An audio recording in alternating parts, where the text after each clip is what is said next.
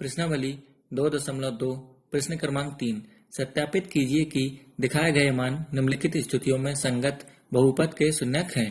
अब इस सवाल में हमें ये 8 सवाल दे रखे हैं। तो इसका जो पहला सवाल वह है पी एक्स बराबर 3x प्लस 1 जहाँ x बराबर -1/3। आइए इसे हम सोल्व करते हैं। पहले सवाल में हम ये देखते हैं कि हमें x बराबर कितना रखना, -1/3।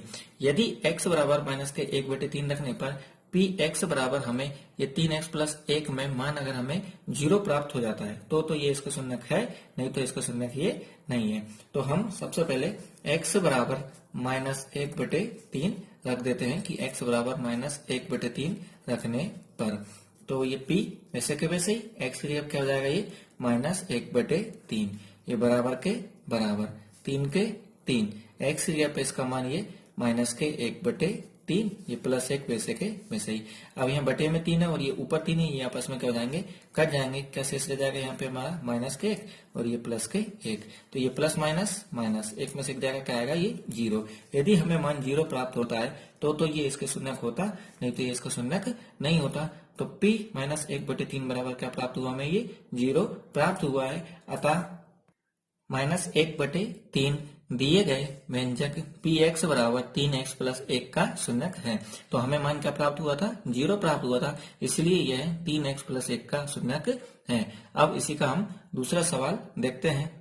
अब इसके दूसरे सवाल में हम देखते हैं कि px बराबर 5x माइनस पाई, जहां x का मान कितना दे रखा हमें, ये 4/5। तो हम सबसे पहले लिख देंगे कि x बराबर 4/5 रखने पर हम x का मान कितना रख देंगे, 4/5। तो ये p वैसे के वैसे ही, x की जगह पे x का मान कितना हो जाएगा, ये 4/5 बराबर के बराबर 5 के 5।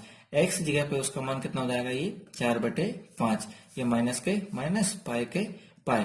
अब क्या होगा कि 5 से 5 कट जाएंगे, क्या शेष बचेगा, ये 4 और ये माइनस पाई। तो हमने देखा कि p का जब हमने मान 4/5 रखा तो हमें क्या शेष मिला, ये 4 माइनस पाई, जबकि हमें मान क्या मिलना चाहिए था, ये 0, यानी कि हमें ये 0 के बराबर मान प्राप्त नहीं हो रहा है, तो इसलिए ये क्या होगा, शून्यक नहीं है। अतः 4/5 दिए गए व्यंजक का शून्यक नहीं है। अब इसके बाद हम इसी का तीसरा सवाल देखते हैं। अब इसका तीसरा सवाल जो है वह है px बराबर x⁻2 माइनस 1, जहां x बराबर क्या है, 1 है और एक -1 है। तो यहाँ पर हमें x के दो मान दे रखे हैं, एक दे रखा है 1 और एक का दे रखा है हमें -1।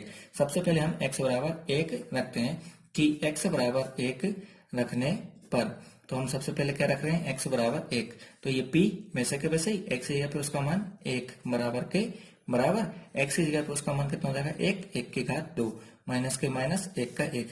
अब 1 का मान कितना हो जाएगा, ये 1 और ये -1 वैसे के वैसे ही। जब मैं 1 पे से को घटाऊंगा क्या आएगा, ये 0। तो p1 का मान तो मुझे क्या मिल गया, 0। अब इसी की तरह मैं x बराबर क्या रख देता हूँ, -1 की x बराबर -1 रखने पर तो ये p वैसे के वैसे ही, x की जगह पे उसका मान क्या हो जाएगा, ये -1 बराबर के बराबर x⁻2 यानी -1 की घात, ये कितना हो जाएगा, 2 और ये -1। अब -1 की घात 2 है तो -1 को अपन कितनी बार लिख देंगे, 2 बार, और ये -1 वैसे का वैसे ही। माइनस माइनस से क्या हो जाएगा, प्लस, और 1 एकम 1, ये -1 वैसा का वैसे ही। जब मैं 1 में से 1 को घटाऊंगा तो क्या हो जाएगा, ये 0। तो यहाँ पर भी मैंने देखा कि p -1 का मान भी मुझे क्या प्राप्त हो रहा है, 0 प्राप्त हो रहा है। तो दोनों स्थितियों में हम देख रहे हैं कि p1 का मान भी हमें क्या प्राप्त हो रहा है, 0, और p -1 का मान भी मुझे क्या प्राप्त हो रहा है, 0 प्राप्त हो रहा है। यानी कि ये दोनों ही स्थितियों में बहुपद का शून्यक है। अतः 1 और -1 दिए गए व्यंजक के शून्यक हैं। तो अतः 1 और -1 दिए गए व्यंजक के क्या है, शून्यक है। अब हम इसी का चौथा सवाल देखते हैं। अब हम इसका चौथा सवाल देखते हैं कि px बराबर कोष्टक के अंदर x प्लस 1 और अगले कोष्टक के अंदर x माइनस 2। तो यहाँ x बराबर क्या क्या दे रखा है, एक दे रखा है हमें -1 और एक दे रखा है हमें 2।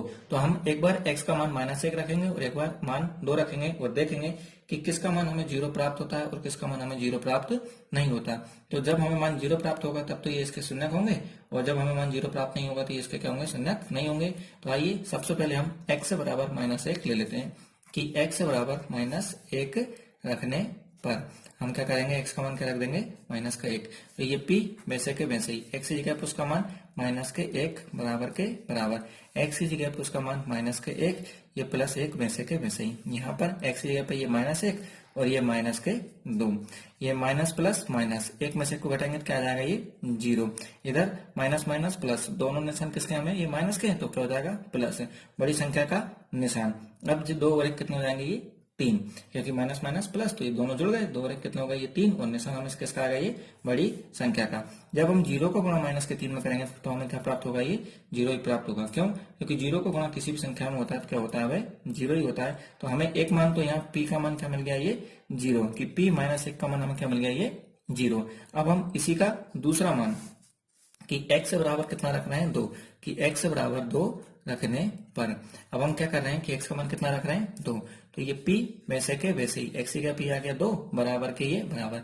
अब यहाँ पर x का मान कितना हो गया, 2 प्लस 1 वैसे के वैसे ही, और यहाँ पर x का मान ये कितना हो गया, 2, और ये माइनस 2 वैसे के वैसे ही। जब हम 2 को 2 में 1 जोड़ेंगे तो ये कितना हो गया, ये 3, और 2 में से 2 को घटाएंगे तो क्या हो जाएगा, ये 0, और 0 को गुणा जब 3 में करेंगे तो हमें क्या प्राप्त हो जाएगा, 0। यानी कि p2 का मान भी हमें क्या प्राप्त हो गया, ये 0 प्राप्त हो गया। तो हमें ये दोनों मान 0 प्राप्त हुए, इसलिए ये दोनों इस बहुपद के क्या हो जाएंगे, शून्यक हो जाएंगे।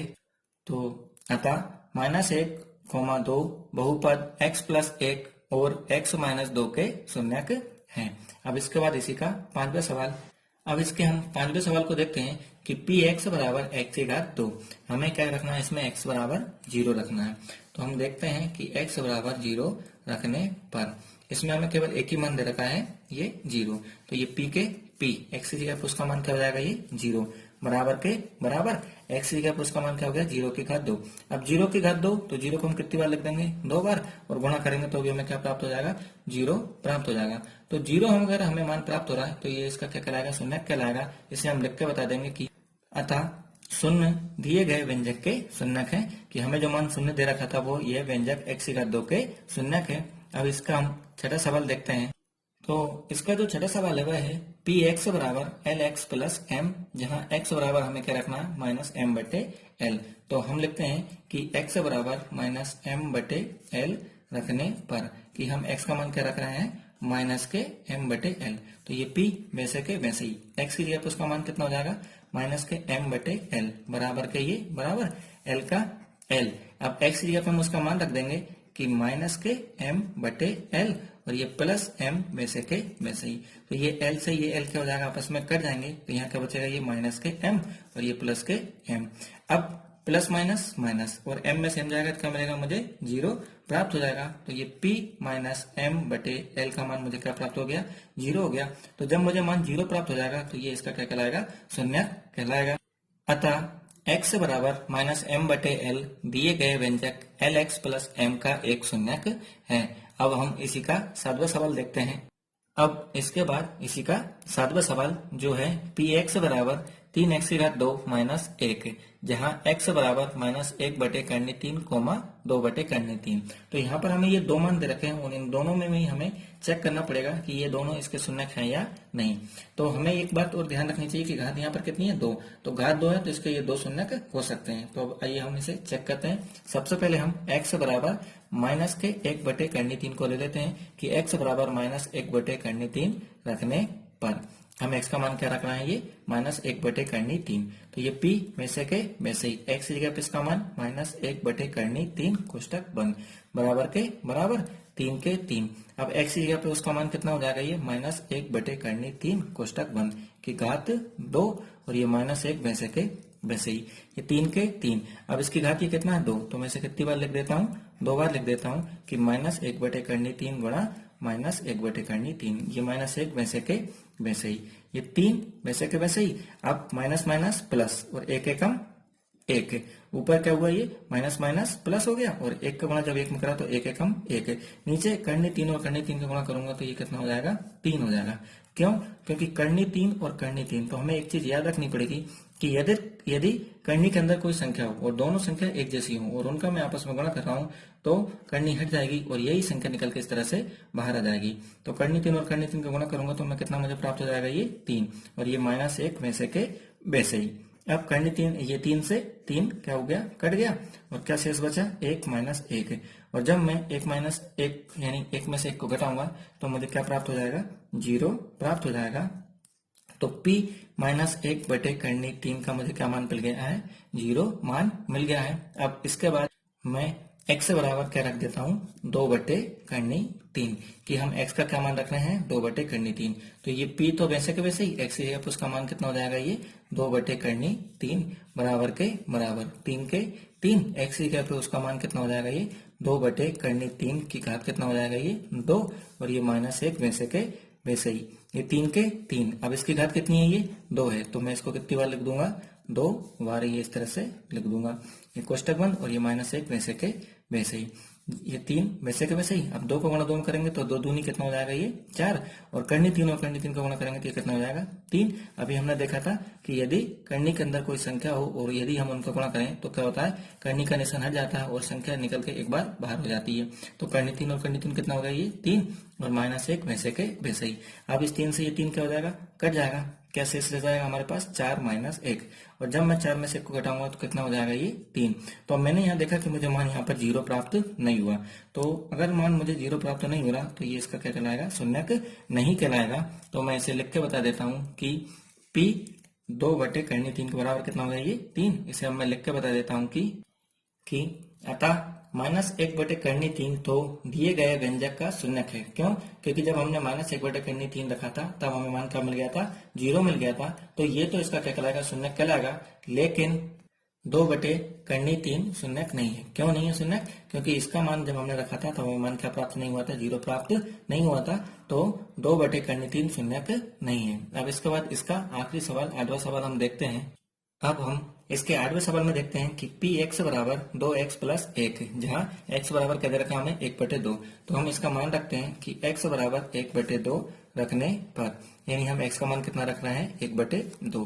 तो ये p हमारे वैसे के वैसे ही, x की जगह पे उसका मान कितना हो जाएगा, ये 1/2 बराबर के बराबर 2 के 2। अब x की जगह पे उसका मान कितना हो जाएगा, ये 1/2 कोष्टक बंद, प्लस के प्लस और 1 के 1। तो जब मैं कोष्टक खोलूंगा तो ये किस में जाएगा, गुणा में आ गया ये 1/2 और ये +1 वैसे के वैसे ही।